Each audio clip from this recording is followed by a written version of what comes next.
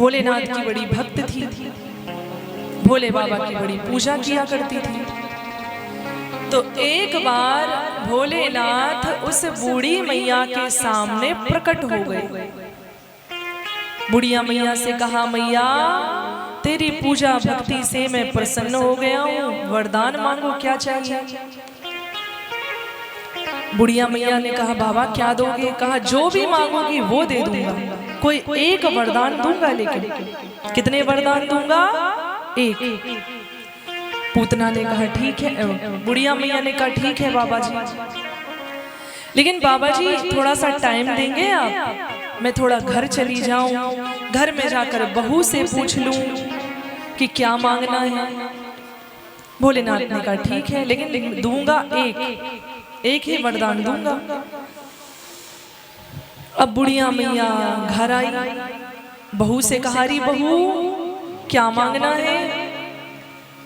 तो बहू कहने लगी कि मैया देखो, आपके कोई पोता नहीं है, आपके कोई बच्चा नहीं है, तो आप वरदान ये दे दो, ये वरदान मांग लो कि आपका नाती हो जाए,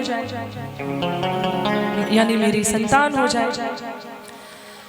अब बूढ़ी मैया अपने बेटे के पास गई, बेटे से कहा, बेटा क्या मांगना है। बेटे ने कहा, मैया अपने घर में धन पैसा नहीं है, तो धन पैसा मांग लो।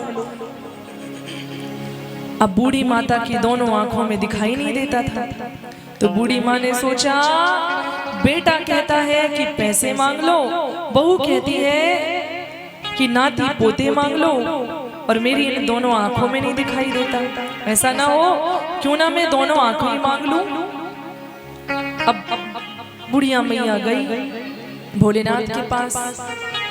भोलेनाथ ने कहा, पूछा ही बहू बेटे से क्या वरदान चाहिए, कोई एक इच्छा पूरी करूंगा। अब भक्तजनों, बुढ़िया मैया के सामने समस्याएं 3 हैं और भोलेनाथ जी तो एक ही इच्छा पूरी करेंगे। अब भक्तजनों, बूढ़ी मैया की मांगने की कला देखिए। बूढ़ी मैया ने क्या कहा, बाबा जी एक वरदान आप मुझे देंगे ना, ठीक है, तो मुझे वरदान ये दे दीजिए कि मेरे घर में मेरी बहू को एक बेटा हो जाए, यानी मेरा नाती हो जाए। वो नाती सोने के झूला में झूले, चांदी के बर्तन में खाना खाए, और उसको सोने के झूला में झूलते हुए मैं अपनी दोनों आंखों से देख सकूं। ठीक है ना महाराज। एक ही वरदान मांगा, कहा एक वरदान कि नाती हो जाए, सोने के झूला में झूले, मतलब धन पैसा तो आ ही जाएगा, और उसको झूला झूलते हुए मैं अपनी आंखों से देखूं, यानी उसकी आंखें भी आ गई। तो ये होती है मांगने की कला। एक वरदान मिलना था, लेकिन बूढ़ी मैया ने तीनों मांग लिए। तो जरा ताली बजाओ इन बूढ़ी बूढ़ी माताओं के लिए, इन पे तो बहुत अच्छा से आवे हैं।